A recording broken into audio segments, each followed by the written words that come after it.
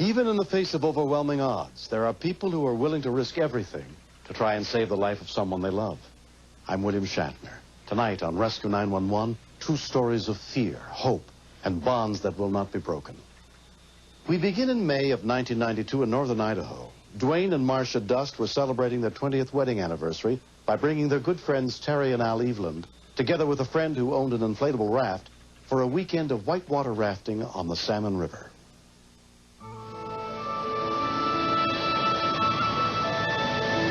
When the water is really cold and the river is really high, you've got to be very careful.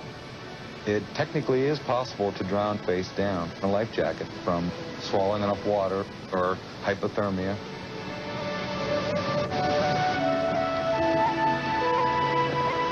The couples had gone whitewater rafting for the first time the day before, but had stuck to the calmer parts of the river. On Sunday, they all agreed to try one more run before going home.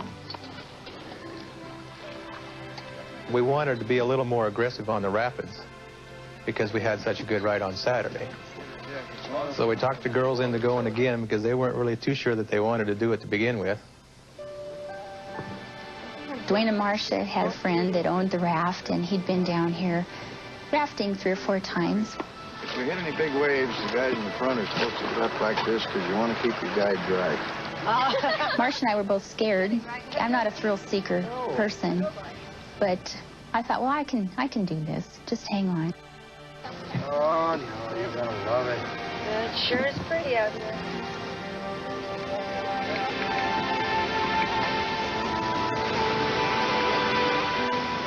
It was so calm, and just peaceful. The calm before the storm.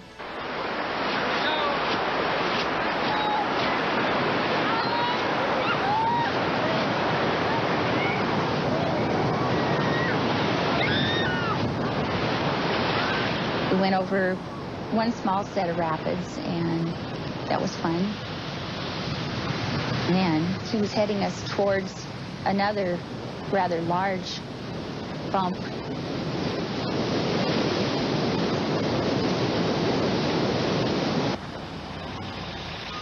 Norm Klobuchar, an experienced Salmon River rafting guide, was returning to his home on the riverbank. I saw a raft out in the river approaching this very ugly spot. Look at that guy. All of us who float around here a lot know to stay away from it. But he was slowing his boat down. He was lining his boat up just to run right into that hole.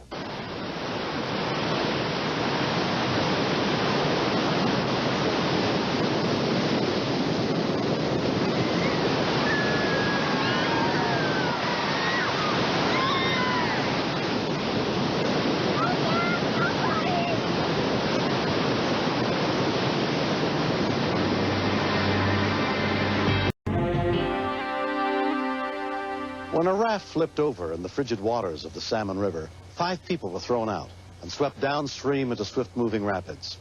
Rafting guide Norm Klobuchar happened to be nearby when the accident occurred. The raft was stuck there right in the hold. I watched all 5 people disappear around the bend. You go see if they get out of the river. You go call for help. The water was in the 40s. Cold water saps your strength really quick.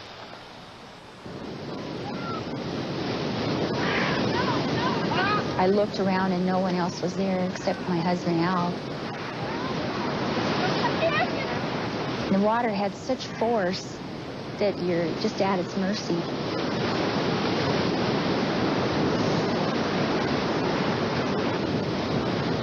I just panicked.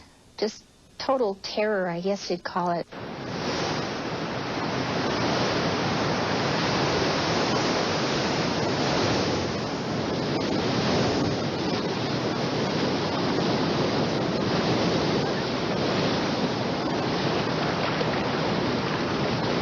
Finally, I got into one of those eddy things. I was so tired, and you're so cold. I've never been so frightened in all my life of anything. We got up on the rocks, and I was hollering to Al, Dwayne and Marcia, where are they? And the gentleman who owned the raft said that they went on downstream.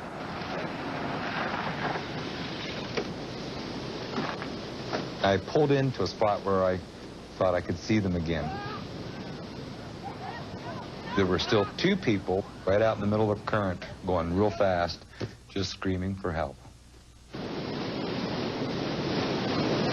I knew that Marcia didn't know how to swim. I just sat there and cried.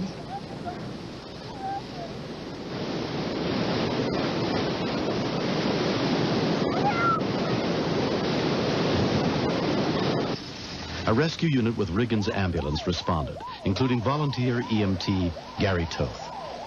We know the water's cold, so immediately you think hypothermia. That's when your core temperature starts to drop. If the body continues to cool, it shuts down and eventually will go into a cardiac arrest.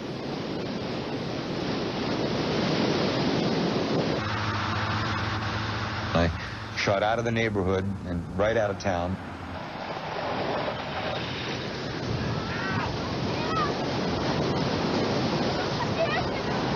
There they were, coming in pretty fast current. I knew there was an eddy, and if I could get them into that spot, I could reach them and pull them out of the river. Come on, you can make it! Swim! Swim to me! I yelled, here, here, come in, right here. Come on, you can make it! Swim to me! Swim!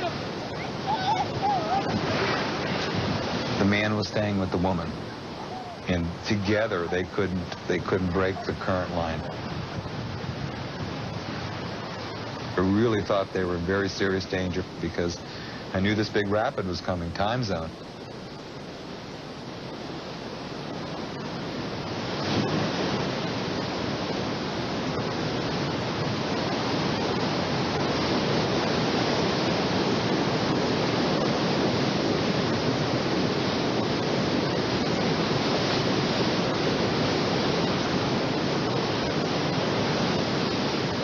The water was extremely cold. My strength was going quick. I was sick in my stomach, thinking that, Norm, you know, you should have gotten them there and you didn't, and that I would find people that were dead at the bottom of time zone.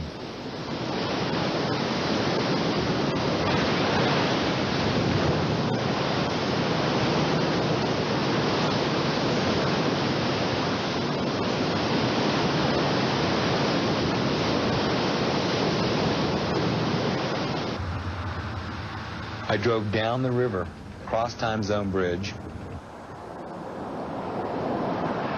More and more people were arriving to help them. What happened? Where are they? Some floaters coming. They can't self-rescue. They're going through time zone rapid. You see them? Where are they? They had already floated perhaps a mile or more in very frigid, powerful water. I thought, if they are alive when they get here, this is the last chance.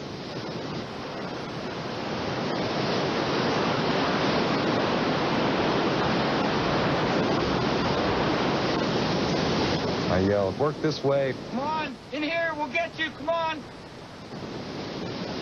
He was holding on to her and fought to the very end. They finally broke the current line.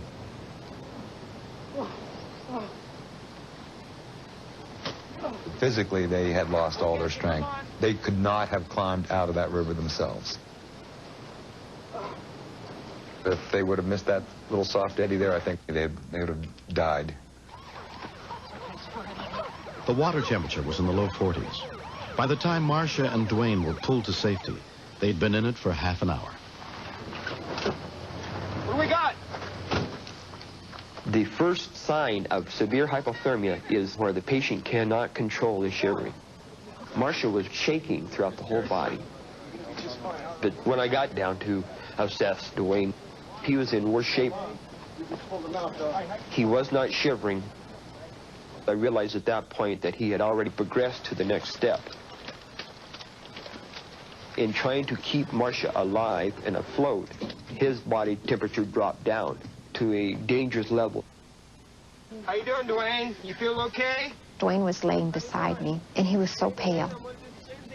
Even though I was trying to say something to him, He didn't even make the effort to turn, and that scared me a lot. Volunteer EMT Annie Wilson was treating Marcia. Dwayne's doing fine. To reassure her that her husband was there and that he was okay, I unwrapped the blankets and allowed her arm to be free. And then Gary did the same for Dwayne. Hold on to his hand there, Marcia. He's right here next to you. And she put our hands together. He gave me that squeeze, and I knew, you know, that he was going to be all right. You starting to warm up a little bit? It was kind of touching, you know. We're loaded. We're ready to roll. I like to see married couples who love each other, you know. Dwayne and Marcia Dust were taken to the hospital where they were treated for hypothermia and released the same night.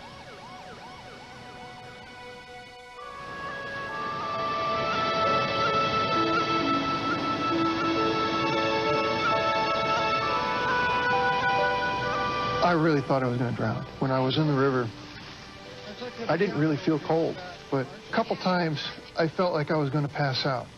And I told myself, no, I can't do that. I have to stay awake. No. He never told me that I'd been holding him under, or that he was tired, or that he was weak. Not once did I ever see that he was scared or anything. He was always so strong for me. Good. Nice to meet you.